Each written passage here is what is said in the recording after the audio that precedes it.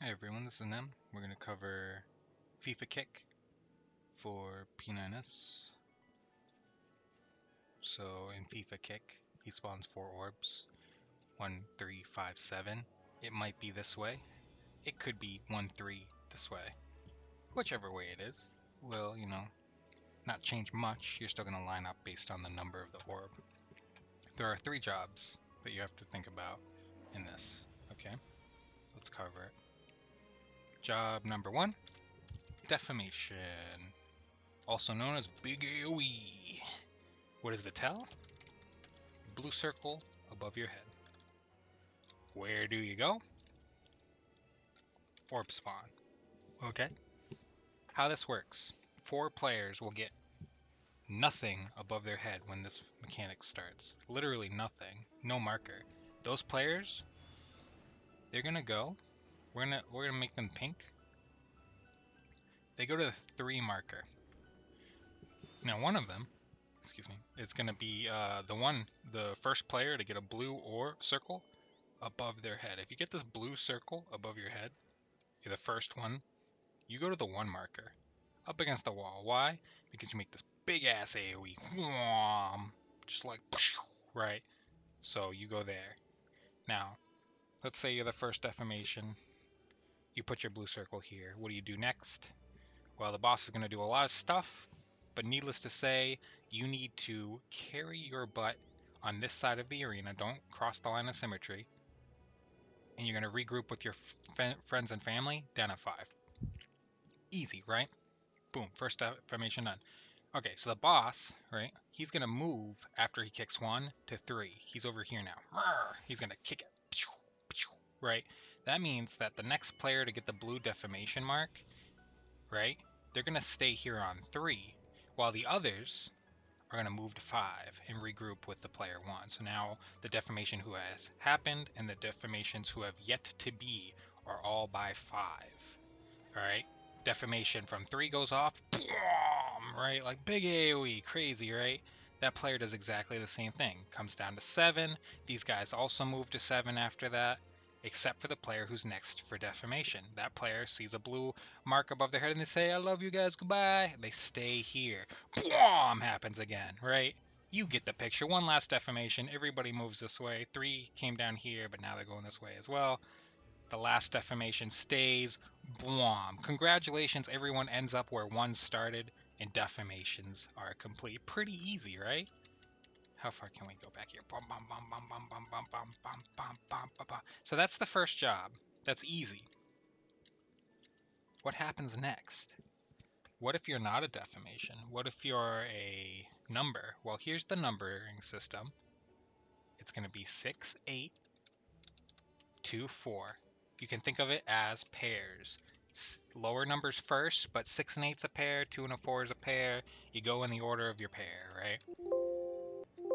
There's a few jobs that are going to take place. First, there's fires. Fire AoEs in order. Land on player 2, player 4, player 6, and player 8. There's a bunch of magic vuln downs that you get from this. You don't really have to worry too much about it. Just do it right, and you'll be fine. And then the second job, we're going to put in blue. The second job is towers. Yay, towers. The order is 6, 8, 2, 4. That's why I wrote it up here like that, all right? Here's how this works. You're going to need to memorize basically what you need to do based on your number. Kind of like if you've learned limit cut in T, you have to know how to do number 1, but you also know how to do number 3. And while they're similar, they happen at different intervals. It's the same thing here. So, essentially, if you are a player 4, right? Player 4 and 8 are going to find the 1 marker. They're going to know that directly across from 1 is the 5 orb. Not the 1 marker, the 1 orb. The 5 orb, right, is here. It has a 5 above it. That means that 4 and 8 can come here to 7. So we're going to do 4. We're going to do 8. They're a happy little family. They're chilling here. They're not crossing the line. You'll have a marker there, I'm sure. You know, they don't want to get hit by this defamation, and they don't want to get hit by this defamation.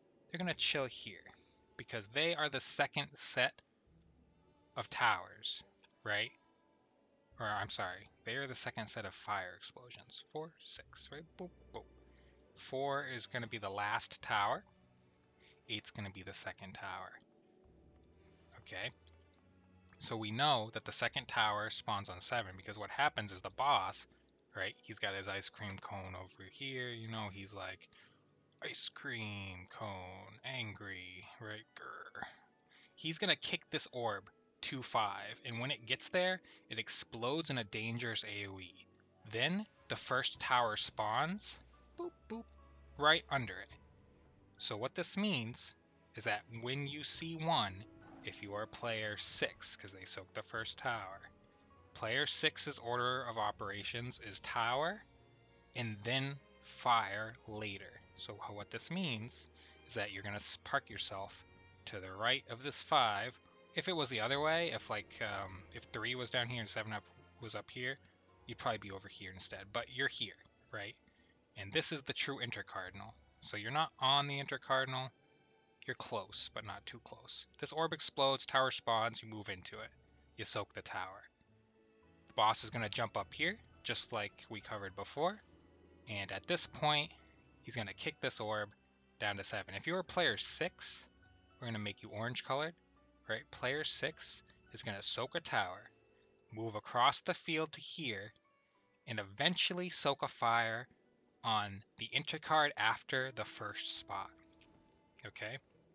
You have to wait for some deformations to go off. Remember, this deformation has already gone off while you were here. This deformation is going off next while you're here. This deformation won't touch you, and then you'll move into this spot during the third deformation, and you should soak that fire. Does that make sense? Tower, safe spot, and eventually you're the third fire. Okay. Now let's think about player 2. Player 2 is the third tower. Player 2 is also the first fire. The first fire is going to find the 5 marker and stand on the intercardinal to the 5 marker. I'll make you green. Here's in between 7 and 5. You soak a big ass fire. And then you're going to be the third tower. If this is the first tower, this is going to be the second tower. Oh, look, the third tower. You're basically going to move this way and don't stand here right away. He's got to kick the orb, it explodes in an AoE, and then the tower spawns. Move into the tower after the AoE. That's player 2. That's player 6. That's literally both your jobs. Player 4, second fire.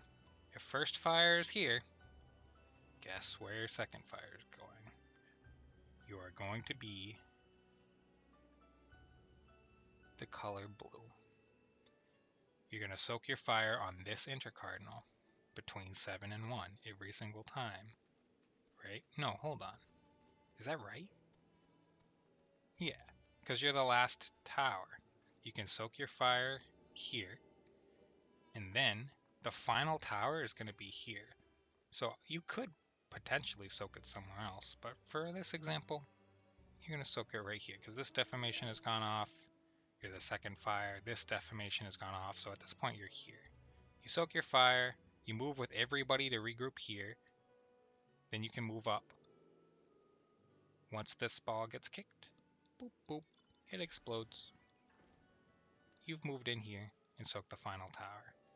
That's player 4. It's pretty easy for player 4 because you're last. Being last makes it very easy because this fire has already gone off. The 8th fire is going to be like over here, already gone off. And you're just going to be chilling here, totally safe after the 3rd fire, just waiting to move into your tower. There's plenty of time. Okay? So we've covered 6, we've covered 2, we've covered 4. What about player 8?